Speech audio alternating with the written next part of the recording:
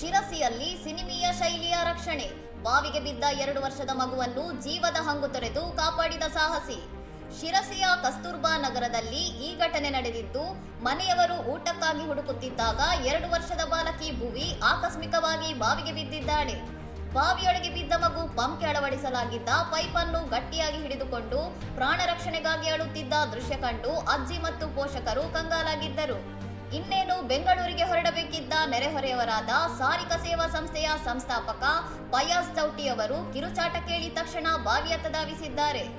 ಒಂದು ಕ್ಷಣವೂ ತಡ ಮಾಡದೆ ಬಾವಿಗಿಳಿದ ಫಯಾಜ್ ಅವರು ಮಗುವನ್ನು ಸುರಕ್ಷಿತವಾಗಿ ಮೇಲಕ್ಕೆತ್ತಿ ತರುವಲ್ಲಿ ಯಶಸ್ವಿಯಾಗಿದ್ದು, ಮಗುವಿನ ಪ್ರಾಣ ಉಳಿಸಿದ ಇವರು ನನ್ನ ಪಾಲಿನ ದೇವರು ಎಂದು ಅಜ್ಜಿ ಕೊಂಡಾಡಿದ್ದಾರೆ. ಆ ಕ್ಷಣದಲ್ಲಿ ಮಗು ಯಾರದ್ದೇ ಆಗಿದ್ದರೂ ನಾನು ಇದನ್ನೇ ಮಾಡುತ್ತಿದ್ದೆ ಎಂದು ಮಾನವೀಯತೆ ಮೆರೆದ ಫಯಾಜ್ ಚೌಟಿಯವರ ಸಮಯ ಪ್ರಜ್ಞೆ ಮತ್ತು ಧೈರ್ಯಕ್ಕೆ ಸಾರ್ವಜನಿಕ ವಲಯದಲ್ಲಿ ಭಾರಿ ಮೆಚ್ಚುಗೆ ವ್ಯಕ್ತವಾಗುತ್ತಿದೆ. ಇನ್ನಷ್ಟು ಸುದ್ದಿಗಳಿಗಾಗಿ ನೋಡ್ತಾ ಇರಿ ಸೌರಂ ಟಿವಿ.